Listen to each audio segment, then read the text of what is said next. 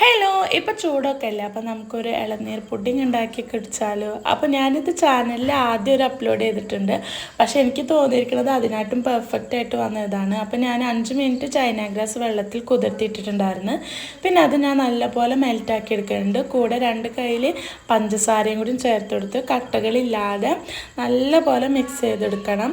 ഇത് നല്ലപോലെ മിക്സ് ചെയ്ത് വന്നു കഴിഞ്ഞാൽ ഞാൻ സെറ്റ് ചെയ്യണ പാത്രത്തിലേക്ക് ഞാൻ 2 പാത്രത്തിലാണ് സെറ്റ് ചെയ്യണത്. അരിച്ച് എടുക്കണം. അരിക്കാതെ ഇട്ട് കഴിഞ്ഞാൽ ആ ഒരു ടേസ്റ്റ് പോവും. ഇത് അരിച്ചിട്ട് ആ പാത്രത്തിലേക്ക് ഒഴിച്ചു കൊടുക്കണം. പിന്നെ ഞാൻ ഇൻസ്റ്റൻറ്റ് വെള്ളമാണ് വാങ്ങിയത്, കരിക്കിൻ്റെ. ഇതെന്താ 99 100 എന്താണ്ടുള്ള ആ വെള്ളം കൂടി ചേർത്ത് കൊടുക്കാം. പിന്നെ വെള്ളം ചൈന ഗ്രാസിൻ്റെ ഒപ്പം തന്നെ തിളപ്പിക്കുമ്പോൾ അതിൻ്റെ രുചി പോണതുകൊണ്ടാണ് ഞാൻ ഇങ്ങനെ ആക്കി കൊടുക്കുന്നത്. പിന്നെ ഞാൻ 2 പാത്രത്തിലാക്കിയിട്ട് സെറ്റ് ചെയ്ത് വെച്ചിട്ടുണ്ട്. കാരണം ചൂടൊക്കെ അല്ലേ, ഈ ചൂടത്തൊക്കെ പുറത്ത് പോയി വന്ന് കുടിക്കാൻ ഭയങ്കര രസമാണല്ലോ.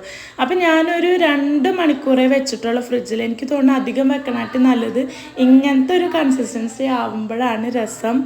എന്നിട്ട് ഞാൻ ഇതിലേക്കൊരു കൂട്ടുണ്ടാക്കിയിട്ടുണ്ട്. ഇളനീരിൻ്റെ കാമ്പും മിൽക്ക് മെയ്ഡും പാലും പാൽപ്പൊടിയും കൂടി ചേർത്തിട്ട് അടിച്ചത് നമ്മുടെ ആ ജെല്ലിയിലേക്ക് ഇട്ടെടുത്തിട്ടുണ്ട്. കാരണം ആ ജെല്ലി കാണുമ്പോൾ തന്നെ നിങ്ങൾക്കറിയാം ഒരു കൺസിസ്റ്റൻസി ആയിക്കഴിഞ്ഞാൽ അടിപൊളി ടേസ്റ്റായിരുന്നു. കാണുന്ന പോലെ തന്നെ അടിപൊളിയായിരുന്നു. അപ്പോൾ ഇഷ്ടപ്പെട്ട വീഡിയോ എന്തായാലും ലൈക്ക് ചെയ്യുക, സപ്പോർട്ട് ചെയ്യുക, സബ്സ്ക്രൈബ് ചെയ്യുക.